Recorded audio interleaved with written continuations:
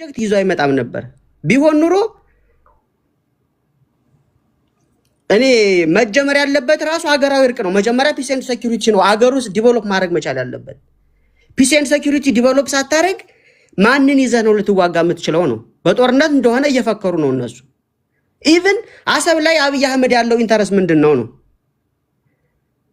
እነሱ የሚሉት አክሰስ ቱ ዘ ሲ ነው። ሌሎቹ አመራሮች ደግሞ ሲሉ የምትሰማቸው አሰብ ላይ የባለቤትነት ጥያቄ ነው ያለብን። ወደብ ስለተወደደብን ሳይሆን የህዝብ ቁጥራችን ስለበዛ ሳይሆን አሰብ ላይ የባለቤትነት ኢንተረስት ነው ያለን ነው። የባለቤትነት ኢንተረስት ካለ አሰብ ላይ ሶማሌላንድ ላይ ሄደህ ለምንድነው ሜሞራንደም ኦፍ አንደርስታንዲንግ የተፈራረምከው? which one is comes at first? የራስ የሆነ ሀብት by enemies ማግኘት በዲፕሎማሲ ኦር በጦርነት ማግኘት ነው ፕራዮሪቲ ወይስ ዓለም አቀፉ ዕውቅና ባልሰጣት ሀገር ላይ ሄደህ ሜሞራንደም ኦፍ አንደርስታንዲንግ ተፈራርመህ የራስን የጂኦፖለቲካል ኢንተረስት ኮላፕስ ማድረግ ነው? ለዛም ነው ኢትዮጵያ ለወደፊት የወደብ ጥያቄን ኮላፕስ የሚያደርግ አንደርስታንዲንግ ነው አብይ አህመድ ይዞ እየመጣ ያለው ማለት። ከዛ በኋላ ያደረገው ምንድነው? ቱርክና ግብፅን አምጥቶ ሶማሊያ ላይ የራሳቸውን ቴሪቶሪያል ኢንቴግሪቲ እንዲጠብቁ የጦር ቤዝ እዛ ፎርም አደረጉ። ባይናው ኤርትራ ጋም ዘሴም ትሬት እያሳዩ ስለሆነ ምንድነው ያደረገው? ኢሳያስ አፈወርቂ ለ5 ቀን ግብፅ ሄደ። ከዛ በኋላ ለ30 ወይ ለ40 ዓመት ለግብፅ ይሸጥላታል። የሚድል ኢስት ዘ ሆል ፖለቲካል ኢንተረስቱ መጥቶ የት ያርፋል? ኤርትራ ላይ ያርፋል። የኤርትራ ሉዓላዊነት ኪፕ ያደርጋሉ። የጦር ቤት መመስረት ይችላሉ። ማንም አይከለክላቸውም። ቢካዝ አንደኛ የሚጠቀሙበት ኃይልም አገር ቤትም የራሱን ኤግዚስቴንሻል ትሬት ያለበት ማህበረሰብ ስላለ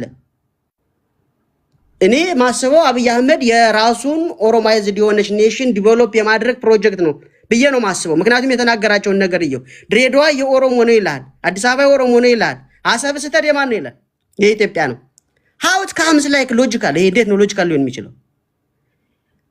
ሀገሩን በሙሉ ጠቅልለ መተከል እኮ የኛ ነው። ይሄ በሽግግር መንግስቱ ይሄ ምንድነው? ይሄ መፍትሄ አፈላላጊ ተብሎ ይሄ ውጭ ሀገር እየሄዱ የሚዞሩት ምንድናቸው ደግሞ እነሱ? የሆነ ኃይል አለ። መተከል እኮ የማን ነው ብለው ክሌም አድርገዋል። የኦሮሞ ነው። አዲስ አበባን፣ ድሬዳዋን፣ the whole thing ሀረር የኦሮሞ ነው። ክልሉን አገሪቱን በሙሉ ጠቅልለ የኔ ነው እያልክ አሰብ how it comes like የኢትዮጵያ ሊሆን የሚችለው ናሽናል ፕሮጀክቱን እንዴት ዲዛይን ልታደርገው ነው የፈለግከው ነው? ይሄ ሞኝ ህዝብ አይደለም ይሄ በ21ኛው ክፍለ ዘመን። ለዚህ ነው የኦሮሞ ፖለቲካ for the next 1000 years ከማንም ጋር እንዳይሰራ ተቀብሯል በአብይ አህመድ ምክንያት። ምን ነው አስተካክል የኦሮሞ ፖለቲካ የሚለውን አስተካክል። ፖለቲካል ኢሊቱ ነው አሁን ህዝቡ አላልኩም። የፖለቲካል ኢሊቱ they are not running very well። ይሄን ተማምነን የጨረስነው ጉዳይ ነው። ኦሮሞ የተለያየ አይነት ፖለቲካ ነው የሚያራምደው። ኦፌኮ የራሱ አለው፣ ኦነግ የራሱ አለው። የትኛው ነው የኦሮሞ ፖለቲካ? ስለዚህ ነጥላ ስቴትመንት እንሰራለን ማለት ነው። የትግራይ ፖለቲካ የአማራ ፖለቲካ የሚባል የለም። ነጥላችሁ ስቴትመንት ለምሳሌ አስር ትግራይ ከሆነ ቲፒኤልኤፍ ብለህ ተናገር። ሁለቶች ሜንሽን ላርቴድ ኮሜንት እንቀበላለሁ። ቴንክ ዩ። ምንድነው አንደኛው የኦፌኮ ክንፍ፣ የኦነግ ክንፍ እንዲሁም የብልጽግና ክንፍ ኮላፕስ አብረው ኮላተራል አብረው እንትን ቱጌዘር ስለሚሰሩ ይሄኛው የፖለቲካ ክንፍ ኢንታይርሊ ኢንቴግሪቲውን ያጣ የፖለቲካ ክንፍ ነው ብዬ ነው የማስበው። ምክንያቱም ያሳዩአቸውን ፖለቲካዎች ስለምናቃቸው። ለምን መሰለ? እንደዚህ አይነት ናሽናል ፕሮጀክት ይዘህ ስትመጣ ሀገራዊ አንድነት ይቀርባል ነው መቅደም መቻል አለበት። ኢቭን የራሱ ሴኩሪቲ ኤንድ ኢንተለጀንስ አድርጎ የሾመው ግለሰብ እኮ ከዚህ በፊት የአሰብን ወደ ኢትዮጵያ መመለስ አለባት ብለው የምርጫ ቅስቀሳ ላይ ሲወያዩ ይሄን ያህል ህዝብ ይዘን ወደ ማጣት የለብንም ብለው ሲጠይቁ ምንድነው ይሉት የነበረው? ከዚህ በፊት አሰብን በማጣታችን አይደለም የአሰብን ይዘንም ደሃ ነበርን። ስለዚህ ደሃ ሆኖ የመኖር ሌጂቲማይዝ ያደርጉታል እነሱ። ናው ኤዳይ ደግሞ የህልውና ጉዳይ ነው አሰብን የማስመለስ ይሏል። ዛሬ ፓርት ኦፍ ፒአርዲኤፍ እኮ አብረው እኮ ሲሰሩ የነበሩ ናቸው። ዛሬ ሁሉን ነገር ሁሉን ነገር ደፍድፎ ለቲፒኤልኤፍ መስጠት ትክክል አይደለም። they are a part of the government and the part of አስፈጻሚ አካል የነበሩ ናቸው። ስለዚህ አሁንም ቢሆን የአሰብ ጉዳይ የፖለቲካ ፕሮጀክታቸው የነሱ ጉዳይ እንጂ አሁንም ቢሆን ለኢትዮጵያ የታሰበ ጥቅምና ፍላጎት አይደለም እየሰሩ ያሉት ነው። አብይ አህመድ ለሶስት ኪ ነገሮች ነው የሚጠቀምበት። በነገራችን ላይ አምባገነን መንግስታት በሽታ ጭምር ፋብሪኬት አድርገው የህዝብን አጀንዳ ይሄ ብላይንድሊ ከቨር ማድረግ ይፈልጋሉ። ይሄኛው ደግሞ ኢትስ አ ፓርት ኦፍ ዳት ነው። ያንን እያደረጉ ነው ለማለት ነው። ቴንክ ዩ የትኛውም የተቃዋሚ ፓርቲ ኢትዮጵያ ውስጥ ችልበልና ወደ ማይኮ ሄዳለሁ። ለምሳሌ አሁን ፋኖ ነው በለስ ቀንቷቸው 4 ኪሎ ብትገቡ ኢትዮጵያ ነው የምታስተዳድሩታል ወይ? ኦነግ ኢትዮጵያ ነው የምታስተዳድሩት? ኦኬ ህዝቡ የባህር በር ያስፈልገኛል የሚል ጥያቄ ካመጣባችሁ እንዴት ነው የምትመልሱት?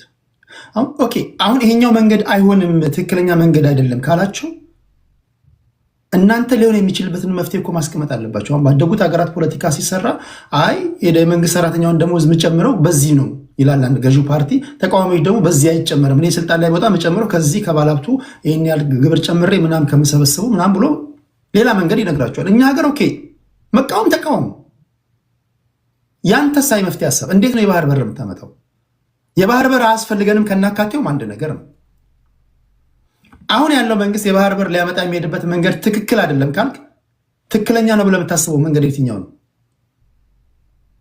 እሱ መናገር አለባቸው። ህዝብ መስማት ይፈልጋል። ለዛም ይመስለኛል ህዝብ ግራ ቀኙን አይቶ የሚመርጥህ ለዛ ይመስለኛል። ኦኬ ፋኖች ቢመጡልን ለካ በዚህ መንገድ የባህር በር ያመጡልናል፣ ኦነጎች ቢመጡልን ወይ ቲፒኤልኤፎች ቢመጡልን በዚህ መንገድ ያመጡልናል ማለት መቻል አለባቸው እኮ። ዝም ብለህ ተቃውመን ላለመውረድ ስለፈለግኩኝ ነው። እሺ አያጅቦ ብላችኋል። አያጅቦ መጥቷል። እስኪ አያጅቦ ያው በጣም ኮሚክ ልጅ ነው። እንደዚህ ቁም ነገር ቦታ ላይ ቁም ነገር ያወራል፣ የምናየው ይሆናል። እንኳን ደህና መጣ። ለማንኛውም ከኤዩ ቀጥሎ ወደ ማይኮ አንተነህ፣ ሌሎች ታፕታፕ አድርጉ ፕሊስ። የሚያወሩት ወደ እናንተ በጥራት እንዲደርስ ታፕታፕ አድርጉላቸው። ማይኮ 8 ደቂቃ አለ። ኦልራይት ኦኬ ቴንክ ዩ። መጀመሪያ ነው ዙሩን ሳላከርባችሁ በፊት እስቲ ለስለስ አድርጌ ልጀምረውና ስለ ኢትዮጵያና ኤርትራ ግንኙነት ትንሽ ማለት ፈልጋለሁ። ኢትዮጵያና ኤርትራ ዛሬ አይደለም ወይ በስደት ላይ አይደለም ኦር አዲስ አበባ ላይ ብቻ ዛሬ ያለውን ታሪክ ሳይሆን ከጥንትም በመልካም ጉርብትና በወንድማማችነት ላይ የተመሰረተ አንዳቸው በሚጠቁበት ሰዓት ላይ ስፔሻሊ ኢትዮጵያ ለብዙ ጊዜ በምትጠቃበት ሰዓት ላይ በጣም ብዙ ኤርትራያኖች ለኢትዮጵያ ዋጋ ከፍለዋል። እንደነ ባህረ ነጋሲ ይስሐቅ የግራኝ መሐመድ ወረራን ብናይ አፄ ገላዲዮስ የፖርቱጊዞችን ጥሪ አሰምተው 400 ፖርቱጊዞች ከመምጣታቸው በፊት ባህረ ነጋሲ ይስሐቅ ነው ግራኝ መሐመድን ገጥሞ ኢትዮጵያን ከእንትን ያዳናት ማለት ነው። ከዛም እንደነ ዘርአይ ኤርትራ ውስጥ ፍጹም የጣሊያን ገዢ ኤርትራ ላይ ጭቆና በሚያደርስበት ሰዓት ላይ የጣሊያኖችን ከኢትዮጵያ አርበኞች ማህበር ጋር ተቀናጅተው እነ ግራዚያኒ ላይ የተለያየ አደጋን የጣሉ ናቸው። የኢትዮጵያ አርበኞችንም ነጭን ማሸነፍ ይቻላል የሚል ሜንታሊቲያቸውን እንትን አድርገውላቸው አብረው የተዋደቁ ናቸው። የትላንትናውንም ታሪክ ብናይ እንደና ዶክተር አብይ አህመድ ምስክራቸውን ሲሰጡ አይተናል። ዛሬ ላይ ኤርትራውያኖች ባይኖሩ ኖሮ የኢትዮጵያ የ3000 ዓመት ታሪክ አከተመ። ኤርትራውያኖች ለኢትዮጵያ ደማቸውን ገብረዋል። ኤርትራውያኖች ባይኖሩ ኖሮ ዛሬ እኛ እዚህ ላይ ቆመን አናወራም ነበር እያለ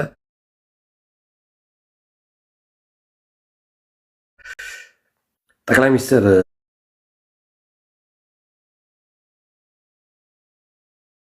አብይ አህመድ ምስክርነቱን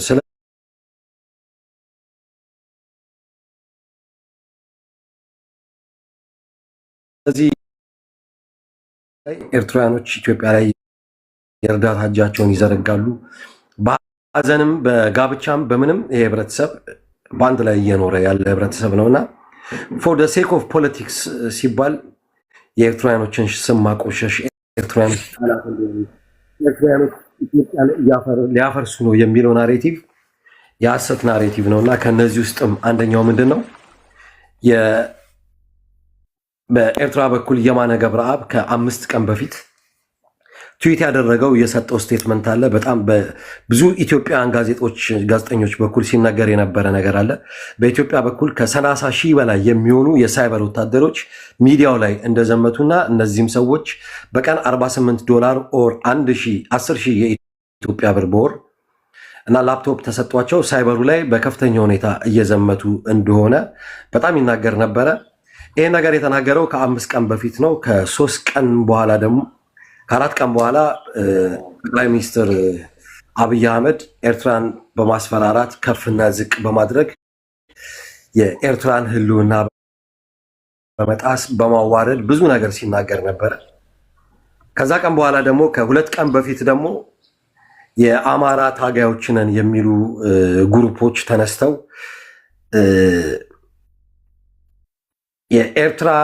ኤርትራውያኖች የአማራ ነገስታቶችን አዋረዱ የሚባል የሐሰት ናሬቲቭ ይዘው ሚዲያ ላይ ወጥተው በጣም እያራገቡት ነው ያሉት። ይሄ ከ5 ቀን በፊት በኤርትራው ውጭ ጉዳይ ሚኒስቴር ባይነገረን ኖሮ የኢትዮጵያ ሚዲያዎች በደንብ ባይዘገቡት ኖሮ የነዚህ ሰዎች ማንነትን ክሊርሊ መለየት ያቅተን ነበረ። ያ ተናገረ የተባለውም በኤርትራ ስቴት ሚዲያ ሳይሆን ህድሞና በሚባል ሚዲያ ነው። የተናገረውም ግለሰብ የራሱን አመለካከት ማንኛውም ኢትዮጵያዊ ዛሬ ላይ ኤርትራ የተመሰረተችበት የሀገር ስቴት ፎርሜሽኑ ሮንግ ነው እንደሚሉት ሁላ ኢትዮጵያ የተመሰረተችበት የስቴት ፎርሜሽን ሮንግ ነው የሚል አመለካከት አለን። ይህም ከአጼ ዘርዓ ያዕቆብ ጊዜ አንስቶ የአጼ ዘርዓ ያዕቆብ የሪሊጂየስ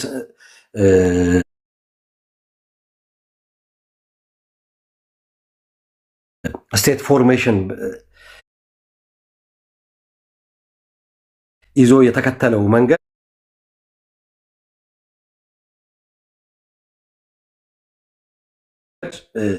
እስከ ሀዲያ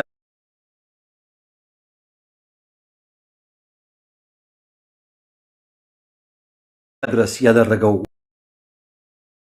ስቴት ፎርሜሽን አድርገዋል። ኤርትራ ይሄን አትቀበለውም የሚለው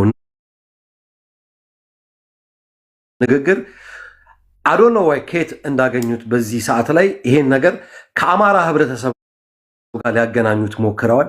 ያዝ ነቲንግ ቱ ዱ ከአማራ በኢትዮጵያ ውስጥ የነበሩት ነገስታቶች በሙሉ አማራዎች ናቸው ማለት አይደለም። ይሄን ነገር ግን ዛሬ ላይ ከአማራ ጋር ሊያገናኙ የሚሞክሩ ሰዎች በአማራ ትግል ውስጥ በውስጣቸው የተደበቀ አጀንዳ አማራ መስለው ረጅም ጊዜ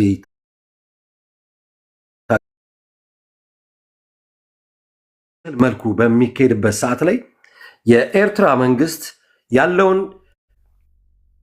አካሄድ ከትግራይም ጋር ጽምዶ በሚል መልኩ ሰላማዊ የሆነ አካሄድ እየሄደ ባለበት ከአማራው ህብረተሰብም ጋር የኤርትራ መንግስትም ሆነ የሻዕቢያ አመለካከት ከአማራው ጋር ምንም አይነት ጦርነት እንደሌለበት ከእንግዲህ በኋላ ከትግራይም ጋር ምንም አይነት ጦርነት እንደሌለበት ሰላማዊ የሆነ ግንኙነት እንዳለው በሚያሳውቅበት ሰዓት ላይ ለብልጽግና መንግስት ይሄ አካሄድ እኔ ለሚሄድበት አካሄድ የአማራው ህብረተሰብም ሆነ በትግራይ ላይ ወደ ኤርትራ አደጋ ለማድረስ ስል እነዚህን ህብረተሰቦች ፍሬንድሊ የሆነ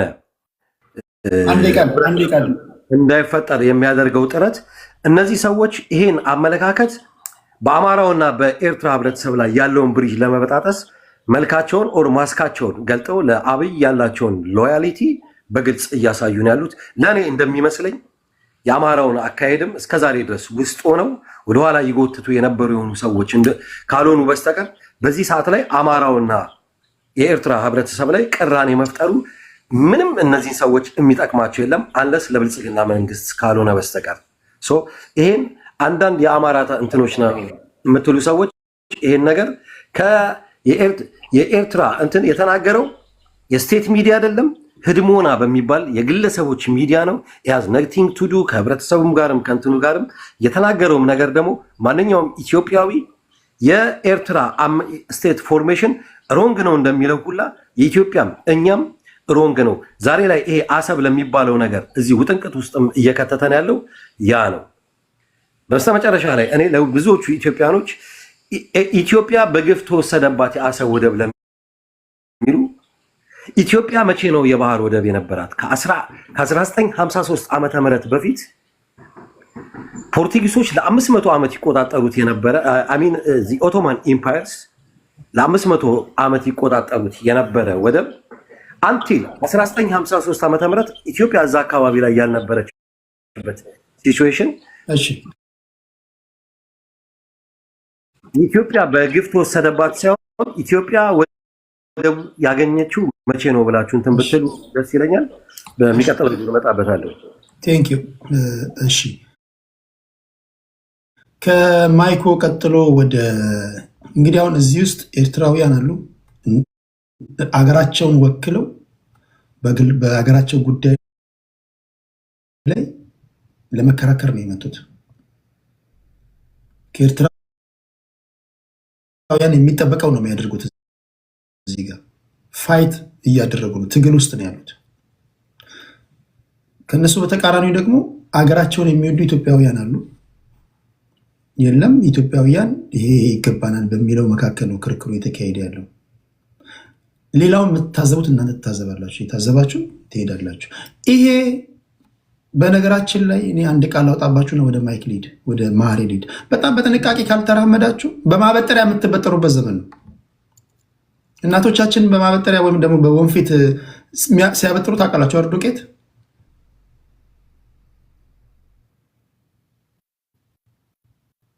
ፊገርስ ኦፍ ስፒች ነው የተናገርኩት። ወንፊቱ ምንድን ነው? ዱቄቱ ምንድን ነው? የሚበጠረው ምንድን ነው? እንክርዳዱ ምንድን ነው? ቁጭ ከምትሉ ታብታብ ያደረጋችሁ እዛው እናንተ ተመራመሩበት። የምትበጠርበት ዘመን ነው። ቴንክ ዩ። ከማይኮ ቀጥሎ ወደ ማህሪ እንሄዳለን። ኦራይት ቴንክ ዩ ቴዲ፣ እንዴት ሰነበትክ? ተጠፋፋን እኮ። ሰላም ነው ያለው። ለማህሪያችን እንዴት ነህ? ኖቨምበር 6 እንገናኛለን። ትልቅ ቀጠሮ አለ ታውቃለህ። ኦኬ ትንሽ ያዳላ ይመስላል። ትንሽ ጊዜ ገፋ አረክበት ለሱ። ኤኒዌይ ዛትስ ፋይን። በሱ ጥያቄ ስለሆነ ነው። ችግር የለውም። ያው የት ሄዳል ብለህ ነው። አይ ከተረሳ ሀሳብ ምናምን እንዳይታስብ፣ አይረሳም። አይረሳ ገብተናል ነው። ዳኛው የዛሬ ዓመትም አይረሳም። ተው በታምር ገጥማል ስለሆነ እኛንም ስለተነካካን። ኤኒዌይ ወደ እንትኑ ሊድ ቴዲ፣ የምታመጣቸው ሀሳቦች በጣም አሪፍ ሀሳቦች ናቸው እና አንተ የምታደርገው ገለጻ ላይ እኔ ተቃውሞ የለኝም። በተለይ ለሁለቱ ህብረተሰብ የምትገልጸው አገላለጽ ግን በጣም የሚከፋው ነገር በአንተ ቶን ማውራት ይቻላል፣ ግን እዚህ የሚወራው ያለው እዚህ ቤት ገብተዋል። በአንተ ቶን አይደለም፣ በሆዳሙ ካድሬ ቶን ነው ማወራው እኔ። በብልጽግና በሆዳሙ ካድሬ ለሱ ነው የምመልስለት። ስለዚህ በአንተ ቶን ስላላወራ ቅር እንዳይለ ያንተን አስተሳሰብ ደግፈዋለሁ። እሱ ችግር የለብኝም። አንደኛ ነገር መታወቅ ያለበት ምን ይላል ይሄ ሆዳሙ ካድሬ፣ ኤርትራ ከኢትዮጵያ የተገነጠለችበት ይላል። ይሄ ለማንኛውም ኢትዮጵያዊ ለዘላለም እንደ ፖይንት እንዲይዘው ኢትዮጵያ ኤርትራ ፓርት ኦፍ ኢትዮጵያ ሆነ አታውቅም። ኔቨር ቱ ኤቨር። አንደኛ ነገር ማወቅ ያለብህ ይኸውልህ፣ እንደዛ ከሆነ ኤርትራ ጣሊያንም ይዟት ነበር፣ እንግሊዝም ይዟት ነበር፣ ቱርክም ይዟት ነበር፣ ግብፅም በተወሰነ ጊዜ ተንቀሳቅሶ ነበር።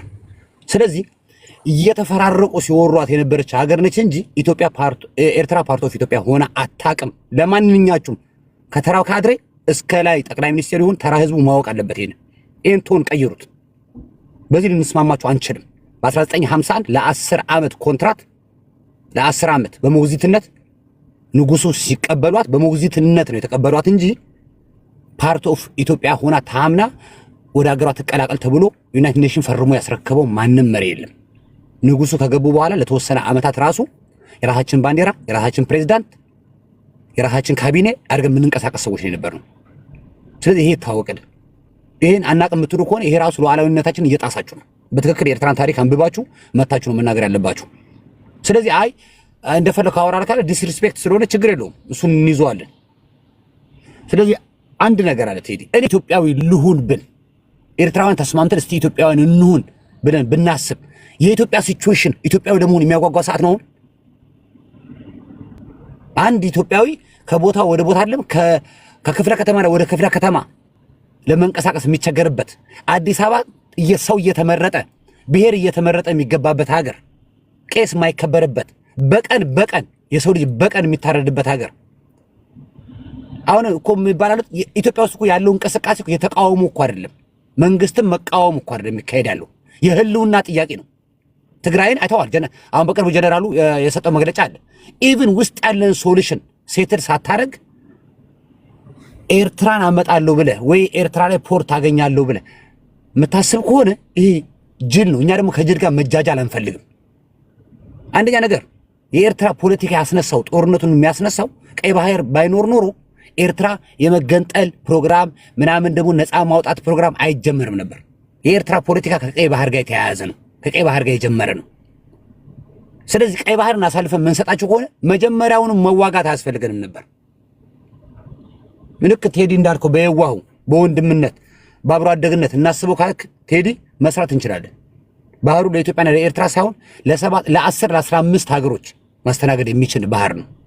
እሱ ችግር የለብንም። ገብቷል። ለመጠቃቀም ችግር የለብንም። የባለቤትነት ጥያቄ ሲመጣ ግን ይሄ በማንም እኔ ተቃዋሚ ነኝ። እኔና ማይኮ በፖለቲካ ዓለም ልንግባባ አንችልም። ኢቭን ነገ ጧት ገብቷል። ነገ ጧት አገር ውስጥ ለመቀየር የሚደረገው ነገር እኔና ማይኮ ህይወት ልንከፋፈል እንችላለን። ግን እኔ የምታገል ያለሁት ይኸውልህ ህዝቤን፣ አገሬን፣ ባህሬን ባለበት ደረጃ ገብቷል መንግስት ቀይሬ ህዝቤን ለማስተዳደር ነው እንጂ የተቆራረጠው የተሸራረፈ አገር ይዤ ለመውጣት አይደለም። ይሄ ደግሞ አይታሰብም። ይሄ አይታሰብም። ትልቁ ስህተት ከኤርትራዊ ጋር ለመጣራት ስታስብ ትልቁ ስህተት ባህር ብለህ ማንሳት የለብህም። በቃ በሆነ ይሁን ታሪክ አንተ ከኤርትራን ጋር ስትጣላ ባህር ካልክ ለ100 ዓመት የተጣሉ ኤርትራኖች ባልና ይመጣሉ። አሁን እንደመጣ ነው ማለት ነው። አሁን ብርጌና ሐመዱ ታውቃለህ አንተ በታሪክ ብርጌና ሐመዱ ሄደ የባህር ጉዳይ ሲነሳ ኤቭሪባዲ ባካፕ አደረገ። ኤቭሪባዲ ነው የምልህ። አሁን ያሉት ኢትዮጵያ ውስጥ ያሉት ብርጌና ሐመዱ ተንቀሳቃሽ የሚባሉት በጣት ነው የሚቆጠሩት።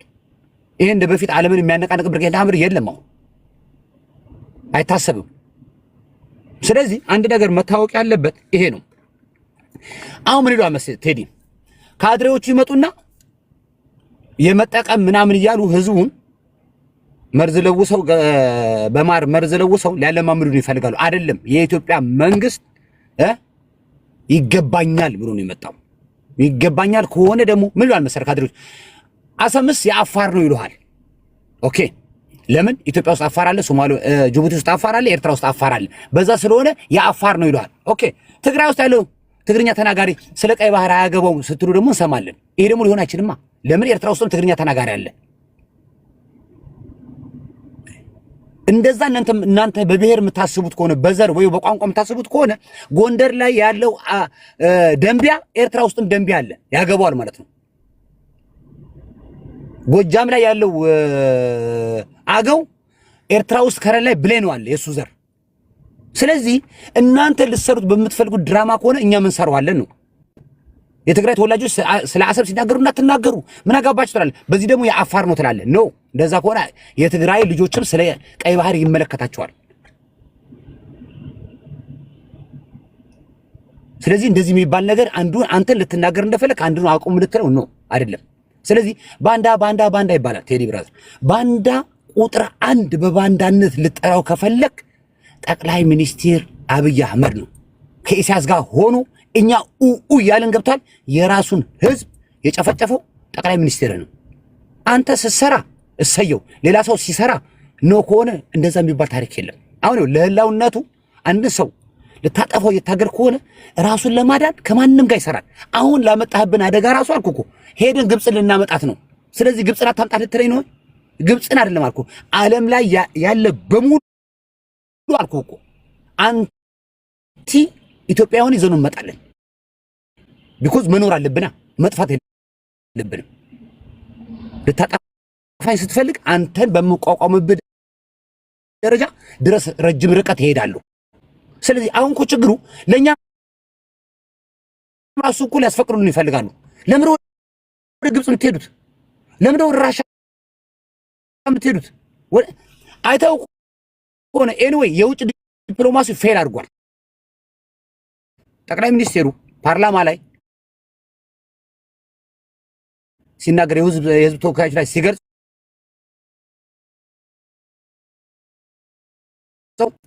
አሸማግሉን ብለን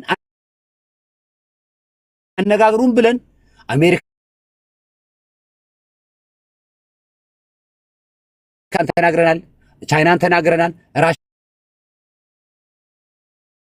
ተናግረናል አለ። ብዙ ሀገሮች ተጠቅሷል። በቃ ይሄን ዲፕሎማሲ አነጋግሩን አለ። ግን ኦኬ እሺ እናነጋገራቸዋለን ምናምን ብለው ዝም አሏል። ስለዚህ ዛሚስ በውጭ ሊያገኘው የፈለገውን ሰፖርት ወይ አክሰስ ኦልሬዲ